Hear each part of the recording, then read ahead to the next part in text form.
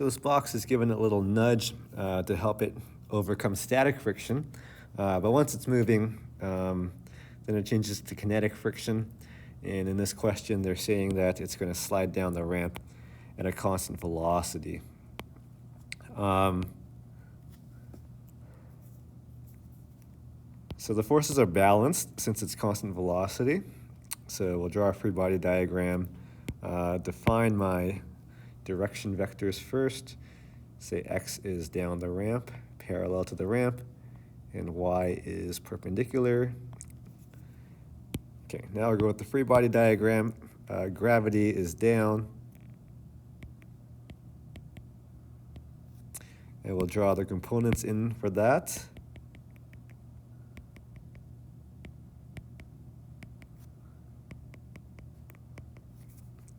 Now the normal force is perpendicular to the ramp and matching in magnitude with the y component of gravity.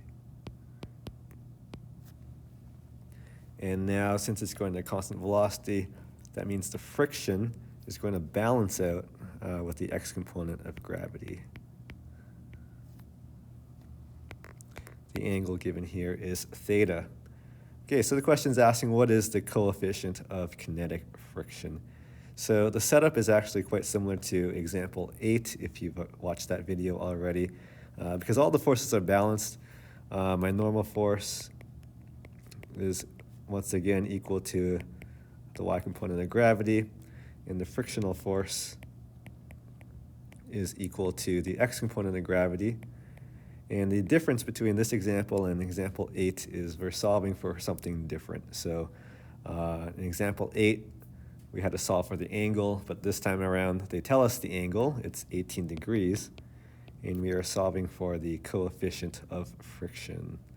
So I'm going to replace FGY and FGX with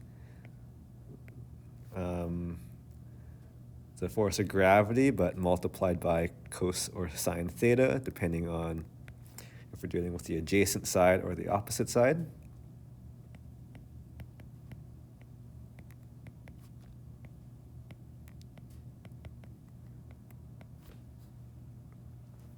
And I am also going to replace the force of friction with the formula for the force of friction, which is mu times normal. So I'll actually just erase the force of friction there and change it to mu times the normal.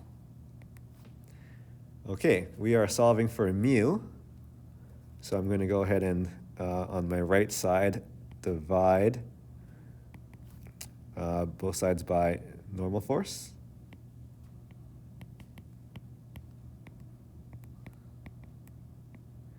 And then there's going to be a substitution step. So I'm going to call equation 1 here, normal force equals mg cos theta. I'm going to call equation 2, the one I've isolated from mu. And what I'm doing is I'm going to take this expression for normal force and substitute it where I see normal force in equation 2. So I'll say sub 1 into 2. So it's going to look like this. The numerator stays the same as mg sine theta, and the substitution happens in the denominator. So mg cos theta goes there. The m's and the g's cancel out. That's kind of nice. M over m and g over g all cancels out, leaving me with sine of theta over cosine of theta, which is tangent of theta if we apply that identity. We're given that theta is 18 degrees, and I just type in tangent of 18 in my calculator.